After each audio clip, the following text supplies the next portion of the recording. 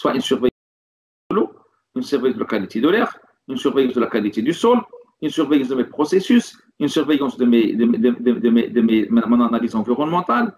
Tout ça, il faut qu'il soit surveillé pour éviter le retour en marche arrière et la perte de tout ce qui a été fait pour maîtriser les aspects environnementaux.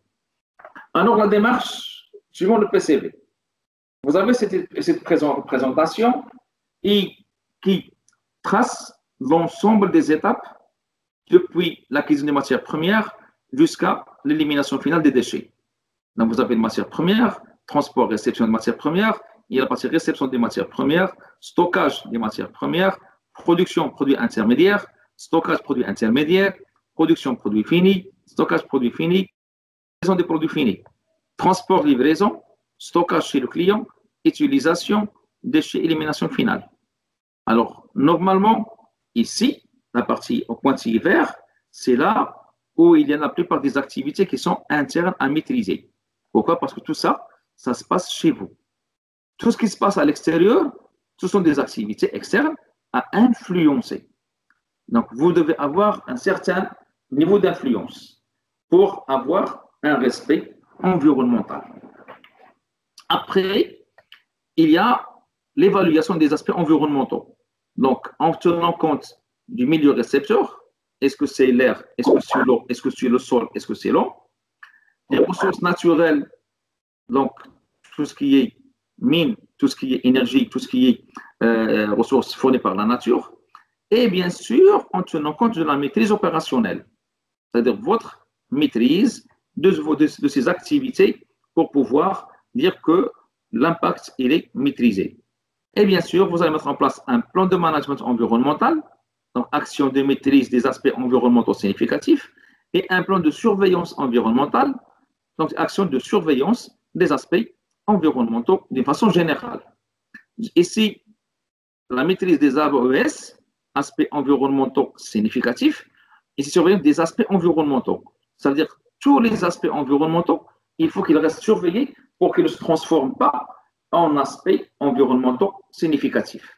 Alors là, c'est un petit peu un langage un peu particulier pour les personnes qui n'ont jamais travaillé dans la démarche environnementale. On utilise ces mots tels que la PCV, tels que l'ACV, aussi c'est autre chose. L'ACV, c'est une analyse de cycle de vie. C'est pour pouvoir comparer entre deux produits ou deux prestations et ça facilite le choix. Quel est le choix de la solution, mais le produit le moins impactant pour l'environnement. Il y a la partie aspect environnemental, impact environnemental, aspect environnemental significatif. Tout ça, ce sont des mots qu'on utilise dans le langage environnemental. Et voilà le tableau et la démarche à suivre. Donc, le tableau, il est assez grand. Donc, il contient une partie relative à l'entité, l'étape d'identification. Il y a une partie relative à l'évaluation et bien sûr les données sur la maîtrise et bien sûr le plan d'action qui va suivre après. Alors dans cette partie-là, nous allons voir un petit peu le fichier Excel et un petit peu, nous allons faire un petit exemple pour pouvoir faciliter l'utilisation de cet outil.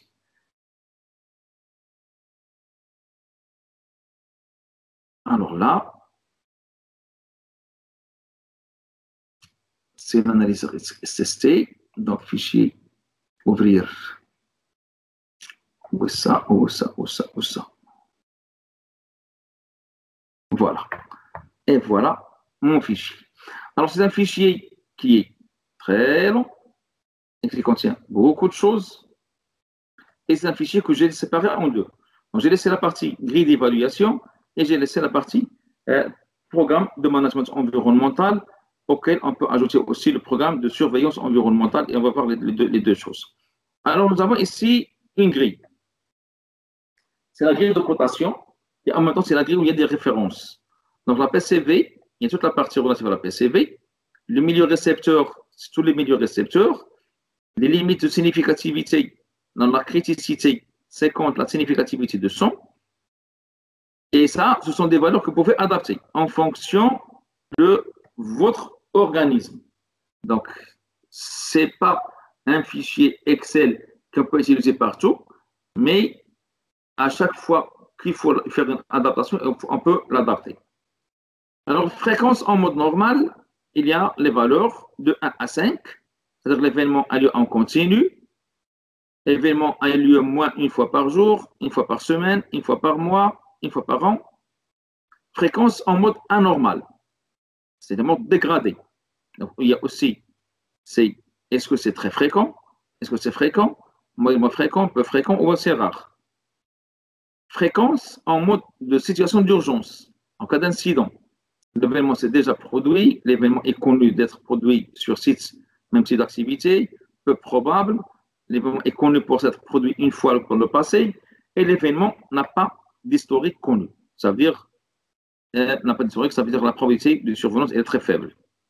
Maintenant, il y a un autre élément, un autre aspect qui est la sensibilité du milieu. Alors, comment dire que le milieu est sensible ou n'est pas sensible? Et bien, tout simplement, si vous êtes dans un milieu où vous êtes le seul à envoyer vos émissions gazeuses, par exemple, je donne le cas d'émissions gazeuses. Est-ce que le milieu est sensible ou non?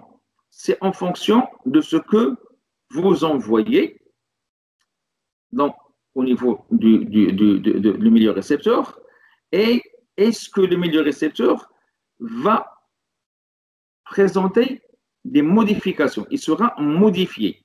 Alors là, on parle de sensibilité des milieux. Est-ce que le milieu est sensible? Donc, on va poser la question oui ou non. Et pour répondre, il y a plusieurs sensibilités qui sont intégrées. Il y a la sensibilité du milieu R. On pose des questions. Et pour chaque question, nous allons répondre si oui, nous avons 1, sinon nous avons 0. Alors la sensibilité, c'est quoi? C'est la somme des points avec un minimum de 1. Alors, égal à 1 si la somme égale à 0. Si vous avez 0, 0, 0, 0, on ne va pas mettre 0 dans la somme, mais on va mettre 1. Pourquoi? Parce qu'on va utiliser une formule de calcul de produit. Et si le produit est 0, on met 0 dans la formule, le produit sera 0. Et nous, on n'a pas 0, on va commencer, le minimum c'est 1. Je vais vous expliquer. Alors, sensibilité de milieu. Milieu R, question. L'air impacté est-il déjà saturé par ce polluant? Alors, saturé, ça veut dire qu'il contient déjà le polluant que vous avez envoyé vous-même. La zone impactée est caractérisée par une capacité de dilution très réduite. C'est-à-dire qu'il n'y a pas suffisamment de circulation d'air, comme s'il s'agit d'un milieu qui est clos. Donc, il n'y a pas de circulation, ça veut dire qu'il ne favorise pas la dilution de votre produit polluant. La zone impactée a fait l'objet, sur les 3 dernières années, d'une médiatisation ou réclamation sur la pollution. Alors là, c'est aussi un milieu d'une sensibilité. La zone impactée comporte des espèces animales ou végétales sensibles à la pollution de l'air par ce polluant. C'est aussi un niveau de santé du milieu. La zone impactée comporte des sites ou établissements sensibles à la pollution de l'air par ce polluant. Alors, si en réponse oui pour les 5 questions, on a un coefficient de sensibilité qui est égal à 5. Sensibilité du milieu. O. L'eau impactée est-elle déjà saturée par ce polluant? La zone impactée, tout ça, on pose des questions et à chaque fois qu'on répond, on a une valeur. Si on a 0, 0, 0, on met 1. Si on a 1, 1, 1, 1, on met 5, c'est la somme. Si on a 5 partout, donc on met 5 fois 5, ça fait 125. Sensibilité du milieu sol. Les questions, le sol est-il impacté imperméable? Existe-t-il une nappe phréatique ou une faible profondeur? Le sol impacté se trouve à proximité d'une zone résidentielle ou accessible pour les espaces faunistiques sensibles. Le sol impacté a fait l'objet des 3 dernières années de médiatisation ou réclamation. Le sol impacté représente-t-il un intérêt biologique, écologique ou économique particulier? Si oui, donc on met les 1, 1, 1, 1 partout, donc ça donne 25. Oui, ça donne 25. Si 0, donc les 0, la somme des 0 égale à 0, mais on fait 1. Pardon, ici, j'ai dit tout à l'heure 125, non, c'est 5. Et c'est 1, 1, 1, 1, la somme c'est 5.